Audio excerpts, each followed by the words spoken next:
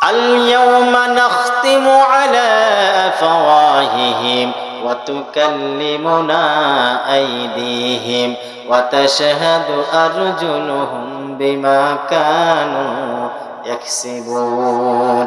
জোরে বলুন আল্লাহু আকবার। আল্লাহ পাক বলতেছেন কিয়ামতের দিন তোমাদের মুখের মধ্যে তালা আল্লাহ মেরে দেবেন, হাতগুলো সাক্ষী দিতে থাকবে, হাতগুলোর মুখের ব্যবস্থা আল্লাহ করবেন, পাগুলো সাক্ষী দিতে থাকবে। এই যে আমাদের হাত আছে না নেই, হাতের মধ্যে কিন্তু 5টা আঙ্গুল দিয়েছেন। এই 5টা আঙ্গুল কিন্তু আল্লাহ এমনি এমনি দেয় নাই।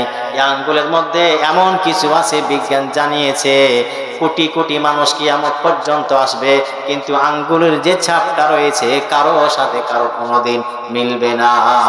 সুবহানাল্লাহ। কিয়ামত পর্যন্ত মিলবে না।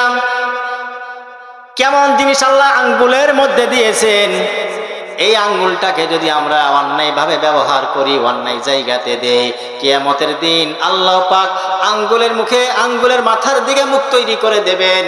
5টা এখানে আঙ্গুল আছে, এই হাতে 5টা আছে, প্রত্যেকটা আঙ্গুলের মাথাতে মাথাতে আল্লাহ মুখ তৈরি করে দেবেন।